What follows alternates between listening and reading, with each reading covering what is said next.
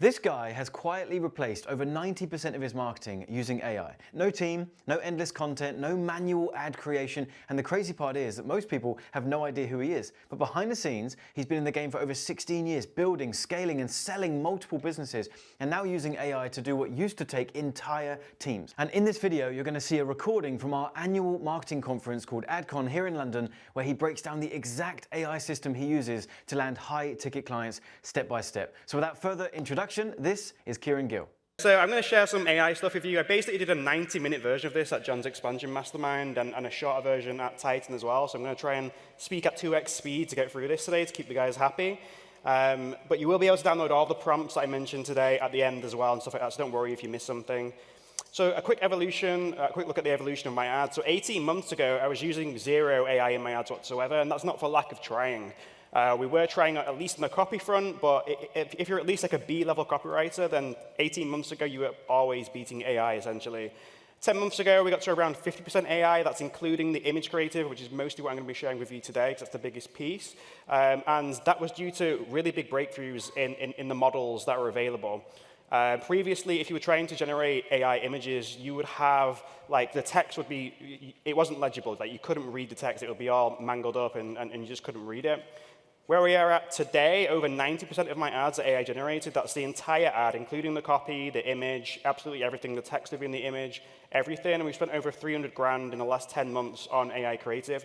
It'll probably always remain around that 90% mark. We're never going to be at 100% because I do believe in creative diversity. Two big things with meta advertising in particular is creative diversity, so the different types of creative within your ad account, and also creative volume, so the pure volume of the output.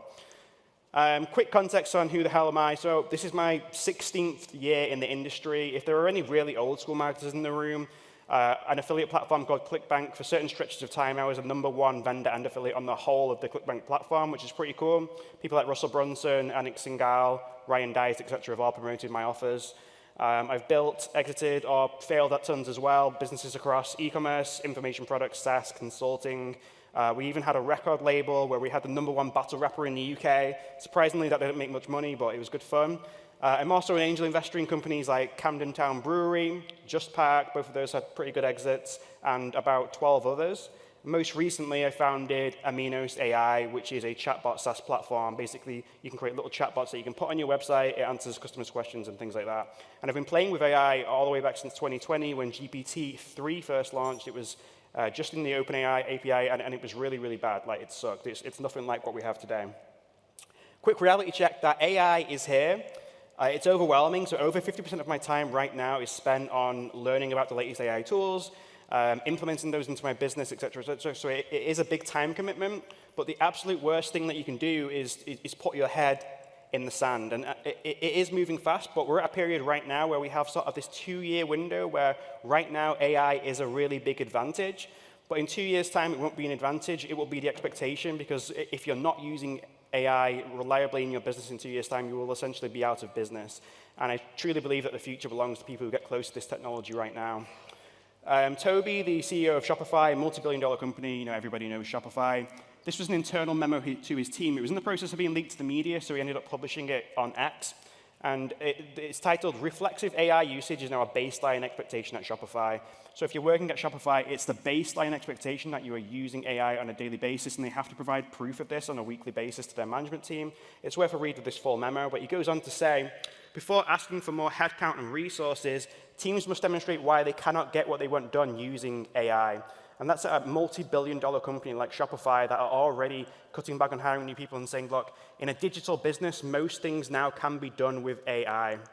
And this is an example of some of the things that I'm doing with AI right now. Hey, real quick, if you're enjoying this content and you like the idea of being in this room, we have our next AdCon conference coming up here real soon at the end of April. It's happening here in London. We have some incredible speakers. We have some unbelievable plans for you. And the experience in this room is unlike anything you've seen before. So if you want to come and learn what's working right now in 2026 to grow and scale your business and do it surrounded by like-minded people that get you, your mission, and what you're trying to achieve, the details are at the link in the description box. But be quick, AdCon 2026 is happening April the 28th to the 30th, and I hope you can come and join us. Some of this, I'm sure, you're probably already playing around with. We're going to talk about ad creatives today, but there are lots that, when I share this list, people are just plain not aware that you can do this stuff. For example, school group moderation. School, it's just like a Facebook group community platform. What we do is we use a computer use model. There are computer use models like OpenAI's Operator, and there's a company here in the UK called Convergence AI. And these are AI models which actually use a computer. So they have their own browser.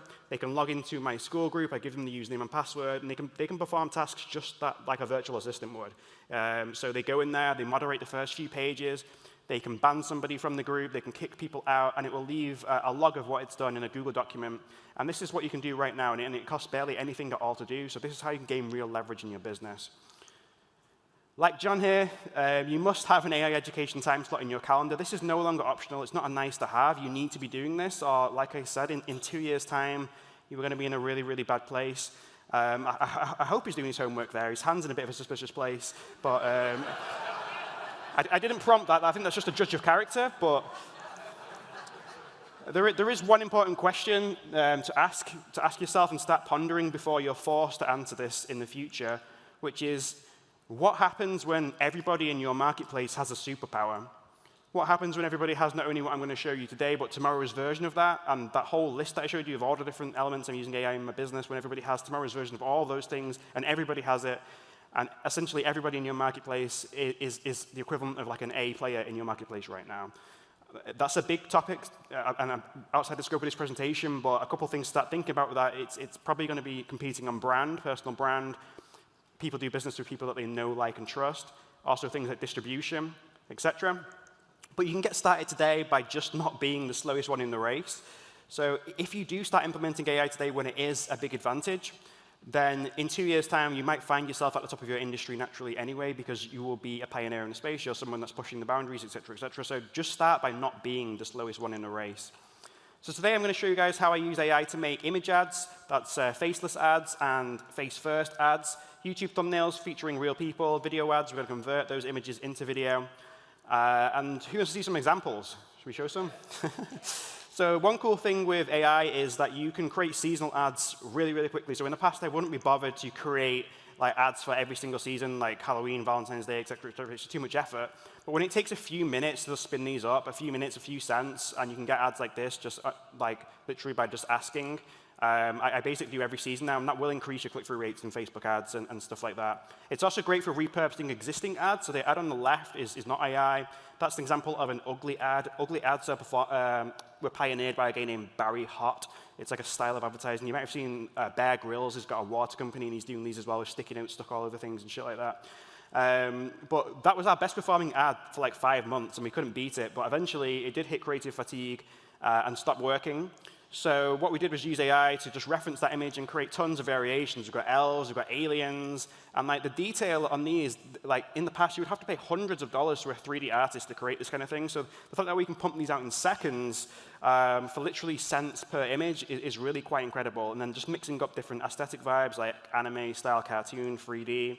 Animals always work really, really well. Animals and babies, for whatever reason, always convert really well.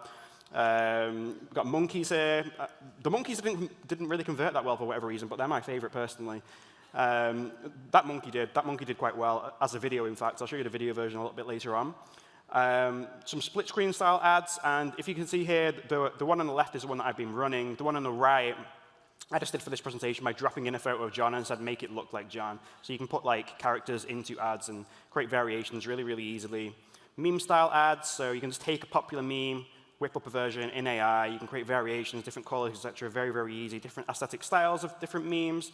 And then you can create ads with real people like John here. So the John on the left is a completely AI John. That John doesn't exist. The John on the right is a real photo of John, which I've dropped in I'm going to show how to do both of these different kinds. But the one on the right is a real photo, and the AI has worked around that photo. So there's 2 different ways to kind of get real people into ads. Some of you guys might have seen some of these ads, because he did run a bunch of these as actual creatives for AdCom. That's just me on a night out in Manchester, and then we've got John, John doing his Friday night cosplay there. I think Pete forgot to press record on one of his webinars there. He's very, very mad. But you can see you can create some really, really interesting things and some cool stuff that really stands out when you're scrolling through the Meta news feed. Or you can even use these organically for Instagram and things like that. 3 different ways to do this. We're going to start with the simplest, which is just using a simple prompt. So because I'm a marketer, I obviously had to come up with a framework for this. This is my Vibes image prompt structure. This is kind of everything that you want to hit within a prompt. So with visual structure, you want to set up the background and the layout. So we're going to have like headline at the top, subheadline underneath, an image below that, things like that. The idea and theme, pretty self-explanatory. Let's say it was seasonal, then the theme could be Halloween. Brand emotion in CTA, ideally, we want every ad to make people feel an emotion. That doesn't need to be super deep. It could be as simple as FOMO, nostalgia, depending on what kind of demographic you're targeting. You can change that emotion. Elements of fantasy. So if we're using these super powerful AI image generators, there's no point creating really boring ads that you could do in Canva. You may as well add some like interesting details, whether that's just stuff flying around in the image or you go as crazy as I have with like animals and aliens and babies and like weird stuff. But just add 1 or 2 details. And then supporting details, things like texture, add a lot to an image. So rather than for like a Valentine's themed ad, for example, rather than just a red background, you can have a red background with a heart texture, and you can describe that within the prompt, and that's what you're going to get. Let's see. So this is a typical ad prompt.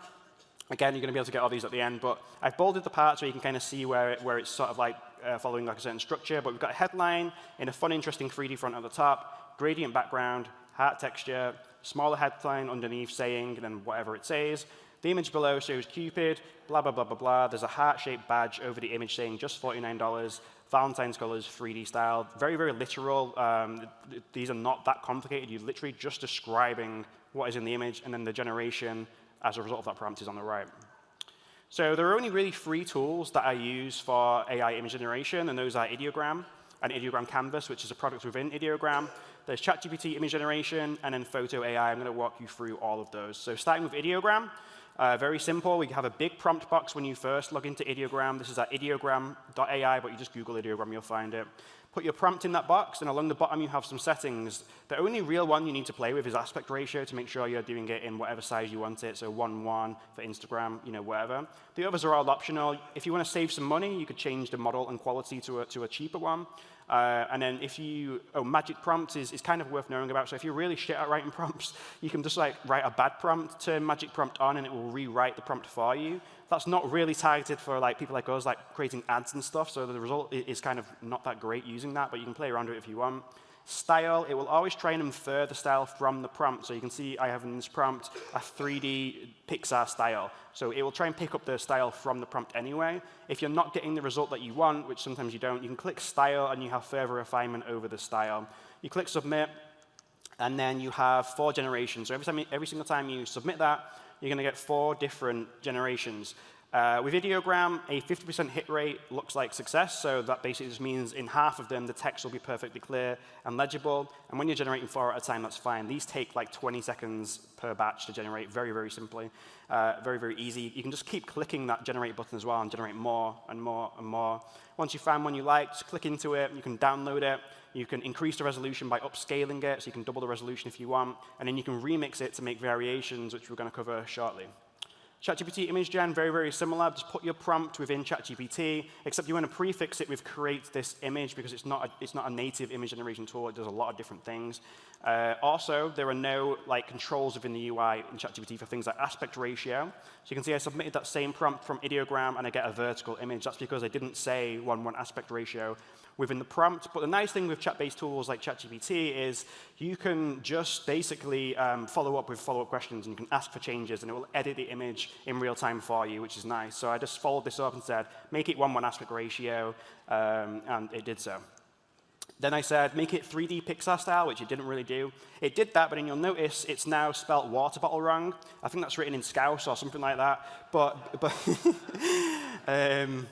then basically I asked for a correction, and it did that, but then bottle was still spelled wrong. Then you kind of have to berate the model. You kind of have to shout at it sometimes. And then finally, you get a generation which is right. But then in this case, the text is all shifted to the right, which was annoying, so then I had to correct it again. And this is kind of ChatGPT's downfall, which is it's the best model on the market when it works, but it can be frustrating, and you can only generate 1 at a time, and those generations can take up to a minute at a time, so it's very, very tedious. And in this same kind of time, I could have created 30 ads in Ideogram.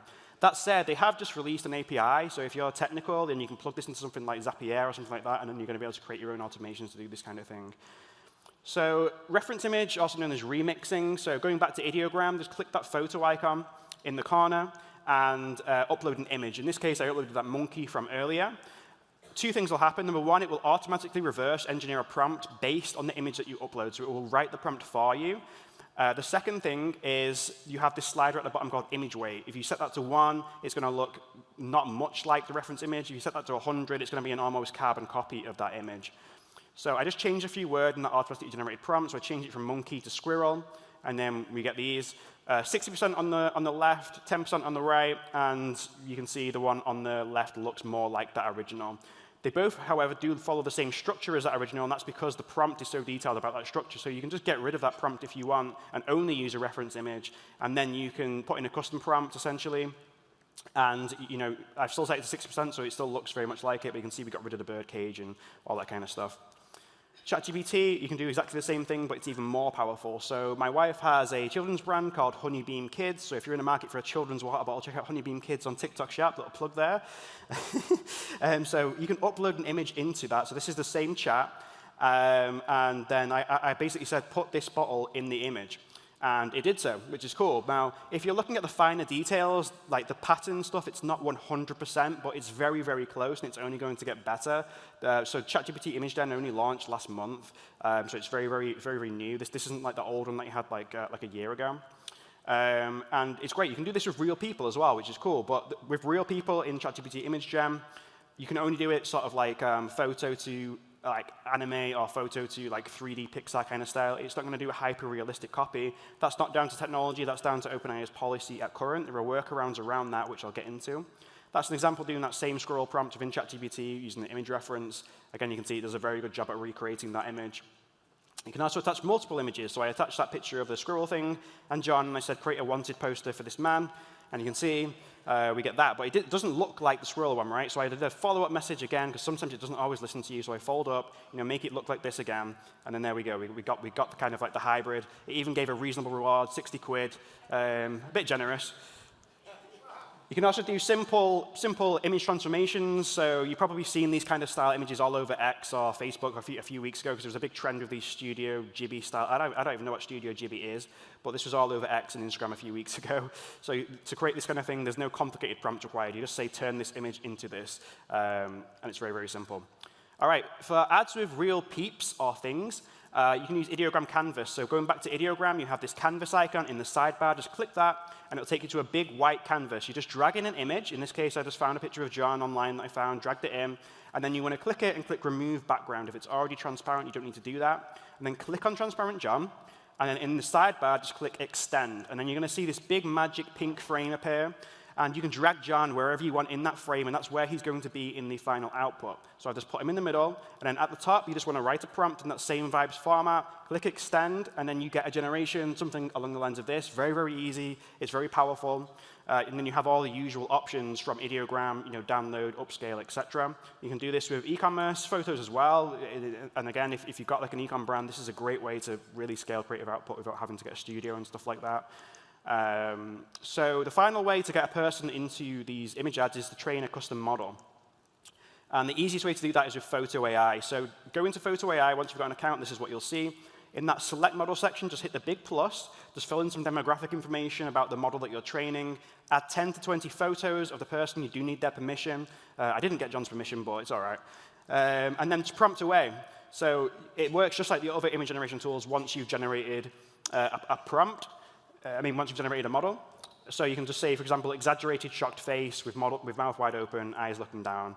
It is a less sophisticated underlying model. It's not as good as ChatGPT Image Gen, and for that reason, text generation is not quite as good as well. But there is a workaround to create really good ads using this, though, and that's by using the remix function. A really good way to demonstrate this is with my YouTube thumbnail creation flow. So here we're combining ChatGPT image generation, which is really good at doing the text accurately and getting really expressive, like people with the hands on the face and screaming and stuff like that. And then we're going to put that into Photo AI to do a face transplant. Basically, we're going to rip the old face off and we're going to put John's face on there. So we go into ChatGPT here to create the initial thumbnail. I dragged in a picture of John because we want it to be loosely looking like him. That just makes the face swap easier, because if we generated like a woman, it would just look weird. So I did a prompt to create a thumbnail. I just went to his YouTube channel, found a video, and did a simple prompt to create a thumbnail for that video. And we get this. And it kind of looks like John, but you can tell it's not John. It's like a Temu John. But then what we do is go into Photo AI. In the sidebar in Photo AI, there's this section called Photo to Remix. Go to Photo to Remix, upload the ChatGPT image generation that we've done there. And then you literally just want to, it automatically writes the prompt for you, so you don't even need to write the prompt. And then, like Ideogram, you have a strength, but rather than 1 to 100, this is just like low, medium, high. Just leave it at medium, click generate, and then you get a version of that thumbnail, but it's John's face on it, which is really cool. And to compare, we've got like Temu John on the left and real John on the right, and there's a big difference. You can actually see it now actually does look more like John. So that's kind of a workaround to create and get really good ads featuring real people. I know there's quite a lot there. I'm hoping, is there something that you guys think that you could do based on what I've just showed you? Yeah, cool. So here's a little bonus prompt for writing image prompts. So this is what I tend to do now, which is ChatGPT writes all my prompts for me. But you basically give ChatGPT 3 good examples of prompts that you've used to get a good output. Just literally paste them there. There's no crazy prompt engineering required here. You're basically just saying, here are 3 prompts that I've got good results from for generating AI images with. Write me 5 more. There's a little bit more of a complicated prompt on the screen, but again, it's very, very simple. So let's jump into some video examples. So this is just turning all of the creatives that we took before and making them come alive, basically. So when you're scrolling through Facebook, these loop, and it looks quite nice. But again, in the past, you would pay like a 3D animator hundreds of dollars to do this. So the fact that you can do it for literally a few cents each, it's just crazy. You can do them in different aspect ratios. Again, the monkey. I was going to work on a little short film. You can do like hyper-realistic as well, of like John's origin story, growing up in the jungle, surrounded by monkeys. Then he kind of becomes a man. You can do explosions and cool stuff like that. AdCon is the best damn conference in the world. John Penberthy, please marry me. So you can also do UGC-style content, like influencer-style videos and things like that. So the tools I use to do all these kind of things is, well, my #1 tool is Kling AI. So if you're just going to choose one, I would just stick to Kling AI. Then you have tools like Higgsfield, which that explosion one was done in. Higgsfield is cool because it has a bunch of presets, like explosions, there's car chases, there's things like that make it really easy to do those kind of things. The UGC-style one of the Stalker lady, John Stalker there, it was done in Captions.ai Ad Studio. And ArcAds is a very similar one to Captions, but the lip sync isn't quite as good. And then HeyGen is the same thing, but rather than it being like a random actor, it's you. So you train a custom model on you again, you train it on your voice, and then you can create videos as yourself. The good thing is that video gen is much easier than image generation. So for most video gen, we use an image-to-video model, which means by the time we've got our image, 80% of the work is already done. We literally just drag the image that we've created into one of these tools. You give a 1-sentence, maybe 2-sentence at most prompt of what we want to happen, because we're only generating 5 to 10 seconds of video at a time, so it's not like we're generating movies here. But you can then take all those, stitch them together in a video editor, and like create longer things. So an example is the man stands strong in the rainforest, the monkeys shift from side to side as the rain pours down, cinematic effect, dramatic movie lighting, very simple prompts. This is Kling AI. It's super easy. Click image to video once you're in Kling, drag or upload your image in, put your very basic action prompt in, and click generate, and that is literally, it's done. Higgsfield, exactly the same, except you have the added option of choosing a scene. So you can see here I've selected building explosion. It has a bunch of predefined styles, like again, like car chases and things like that. So you can have a look through the gallery of like pre-done things. You still need to put a very basic action prompt, but then it will use that fine tune of explosions to make it look extra good. Runway ML. Runway is nice because it's the fastest, but it's not quite as good quality as Kling. But if you want to just bang out a bunch of stuff really quick, then Runway is really quick. But again, upload your image, very basic action prompt, click submit. You'll probably notice all these basically look the same. That's because it's basically the same type of underlying model. It's very, very simple to do. If you want to create those UGC-style ads, again, very simple. This is Captions. Go to the Ad Studio section. In Captions, you can generate 8 seconds at a time. So if you want to do a longer, like, minute clip, you just need to generate a bunch of these and then stitch them together. Enter your scripts at the bottom. You can choose the voice from a whole bunch of voices.